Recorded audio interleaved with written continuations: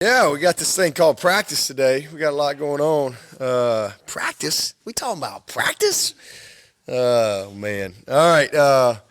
What a great day. It's a fun day, man. This is always a blast. We all know that the lifeline of any football team or program, or any level, is its personnel. And so staff and players. And just super excited about what happened today. We got better.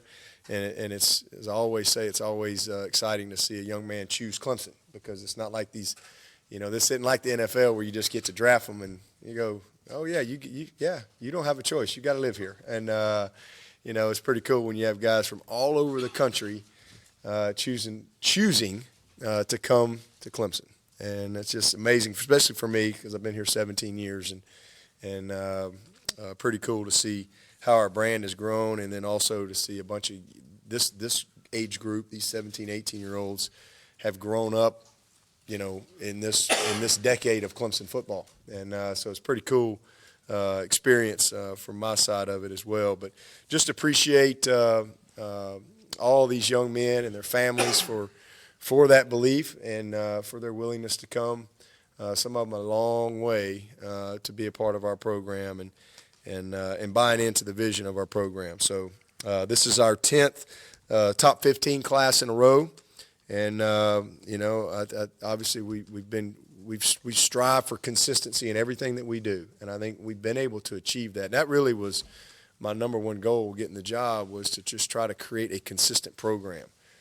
Consistent on the field, consistent academically, consistent in recruiting, consistent in our development, consistent in our staff, you name it. And I think we've been able to do that. And, again, our 10th top 15 class in a row. And, I don't have any doubt that this group's going to be special. And I don't know how it'll all shake out, but maybe this might be our first ever number one class. We've never had a number one class. And I really don't – that's not a goal of mine. That's not – I don't lose any sleep over that. We sign guys. When we sign a guy, we think he's a 5-star. He might be rated a 2-star or a 1-star like Adam Humphries, or a 2-star like Grady Jarrett, or a 3-star like Travis Etienne by other people. But when we sign one, we believe he's a 5-star because he fits the criteria that we're looking for and brings certain things to the table that we think make us better and fit our program. So. But maybe we get our first ever number one class. I don't know, but I think if we do, it's just a credit to the young men, and it just shows that, first of all, how our brand has grown, but also just so happens that the best players in the country this year are great fits for Clemson, and we were great fits for them. So I think that that's really what that says more than anything. But last year we graduated the winningest class in college football history.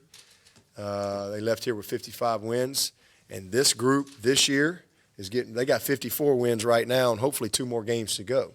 They could leave here as the winningest class in the history of college football and stand alone in that regard. So when you're graduating people like that, you better have quality coming in the door, because they're leaving and they're taking all that with them. So I think that's a huge focus of ours, and it's critical that we continue to replace great people with more great people. And I think we've been able to do that with this group. I think 16 of these guys are going to be mid-years. I anticipate signing 23 today, and 16 of them being mid-years. Most of these guys have been committed for a long time, spring, summer. Some of them have been committed since the 10th grade. But we met all of our critical needs, and that's kind of how we go about recruiting. We're very specific. I try to hold everybody accountable. I give them kind of their direction, if you will, as far as, hey, you got, all right, Streeter, you get one spot. You bet one. You better make it count. And guess what? It's this is it. We're not going to go sign other guys. We're not jumping in and recruiting the portal. We're not doing any of that. So you better be right. And so we're very committed to the due diligence of trying to get the right people here. And I think we've been able, again, to do that for sure with this group. And we got a really talented team that's going to be coming back next year for sure. I mean, we're one of the youngest teams in the country. I think we've played the most freshmen in the country. And so, we got a really talented group that'll be back next year. And so to be able to add 16 mid-years to that is going to be great. And the addition of this rest of this class, I think, just continues to allow us to have the type of competitive depth on our practice field and in the games that have helped us build a great program. So offensively, anticipate signing 12 guys, defensively 11. And, and then also kind of a unique situation. Soccer signed a kicker today. Soccer signed a soccer player today. And Noonan, I just saw Noonan. I think they're still doing cartwheels, all across campus because they literally got. I mean, I described him as a Trevor Lawrence, a Deshaun Watson to soccer in Tanner Tessman, and it just so happens I'm probably the only guy on the planet that knows how talented he is as a kicker because I've known him his whole life, but he's been gone at this academy since the 8th grade. He had to stop playing football. And he's not just a kid. This guy could probably come and be a scholarship receiver, a scholarship safety.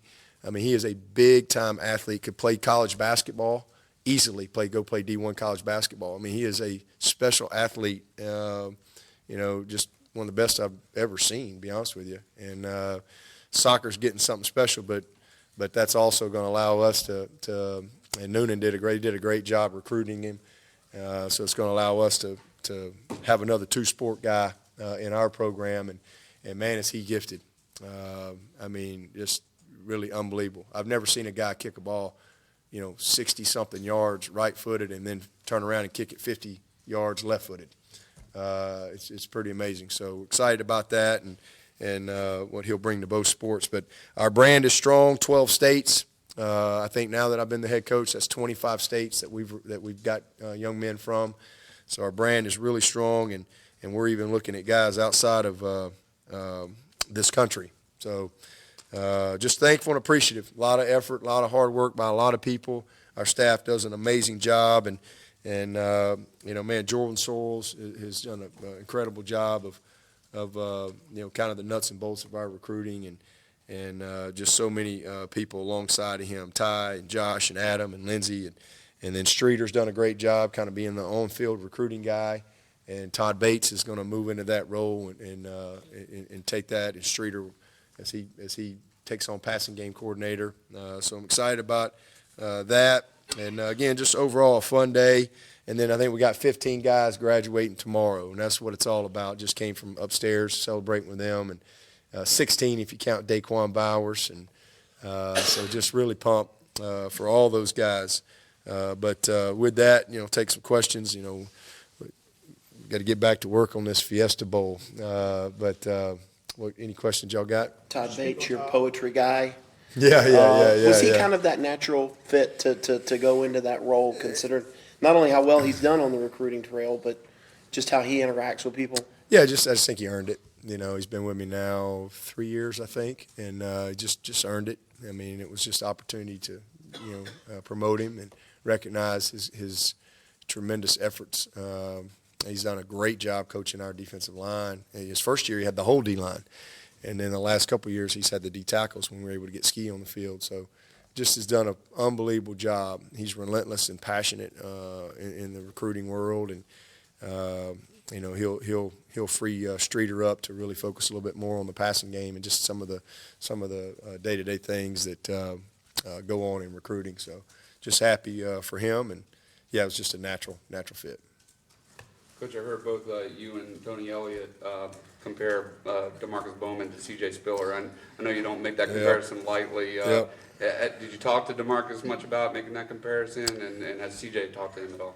I don't know if C.J.'s ever met him. I'm not sure about that. But, I told him. I mean, the first time I watched his tape, that's what I told Tony. I said, that's Spiller. I mean, I didn't know if I'd ever see a guy like that again.